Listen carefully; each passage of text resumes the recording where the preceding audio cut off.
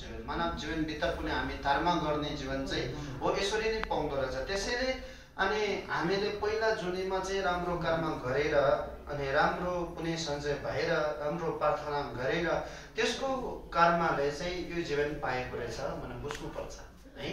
जसरी भए पनि यो बुझ्नुपर्छ। तपाईँको पहिला जीवन के भन्छ भने मम्मा चिचे धन्दी लुलान्दो छिमा चियौँ धन्दी ल्यालान्दो भन्छ। यो एकदम इम्पोर्टेन्ट सत्ता हो यो है। अहिले कस्तो जम्मा पाएछ कस्तो भएर चाहिँ त्यो पहिला जुनीमा के गरेको त्यहाँबाट चिन्नुहोस् र पछि जुनीमा के हुने हो त्यही तपाईँको अहिलेको कर्ममा चाहिँ तपाईँले चाहिँ अनि सोच्नु यो बताउनु भएको छ। यो त्यही कारणले गर्दा चाहिँ प्रथममा चाहिँ हामी तामाङमा जन्मेको हो, तामाङले बौद्ध धर्म गर्नुपर्छ, हाम्रो धर्म यो हो भनेर भित्र लागेर चाहिँ धर्म के भन्छ धर्म संरक्षण गर्ने धर्म नै संस्कार बनेर चाहिँ जानुपर्ने चाहिँ हाम्रो कर्तव्य हो कि भने यस्तो चाहिँ नसोच्नु।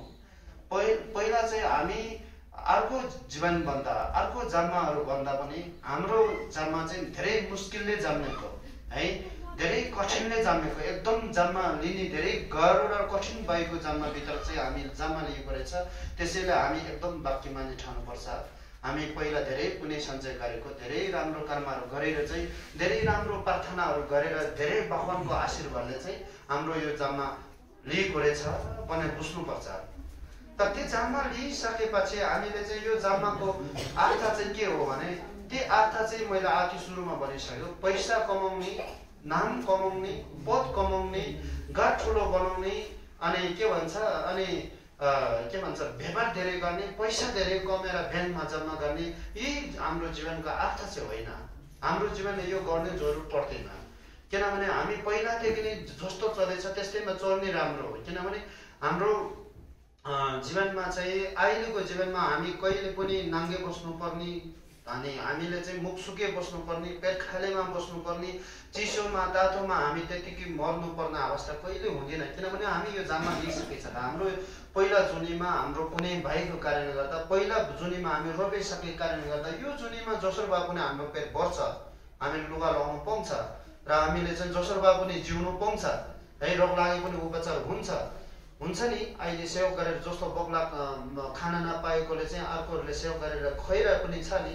त्यो जस्तो पैसा सम्पत्ति नभएर रोग ठुलो लाग्यो उपचारहरूमा पनि अर्को सबैले सेवा गरेर त्यो उपचार भइरहेछ नि होइन। हामीले चाहिँ आज यहाँ बस्ने ठाउँ नभए पनि अर्कोले बास दिइरहेछ, खाने नपाएको ठाउँमा हामीले खाना दिइरहेछ। हामीले जसरी भए पनि यो कुराहरू चाहिँ हामीले चाहिँ यो के भन्छ यो के भन्छ बस घास कपास भन्छ हो यो तिनवटा चाहिँ जसरी भए पनि मिल्छ हामीलाई। त्यसैले हाम्रो जीवन चाहिँ यही खाने र बस्ने त्यो लग्ने र अनि घर खाना लग्नेको लागि हाम्रो जीवन सघाउनु भएन। हाम्रो जीवन त्यससँग चेन्ज गर्नु भएन, त्यहीसँग सार्नु भएन। हाम्रो जीवनको अर्थ के हो भने यो जुनीमा यतिसम्म त जन्म लियो, तर यो भन्दा पनि राम्रो जन्म लिनुको लागि हाम्रो हेतु बनाउनु पर्छ, हामीले बिउ रोप्नु पर्छ। ती बिउ भनेको के हो भने अनि कुशल कर्म गर्ने, धर्म गर्ने है।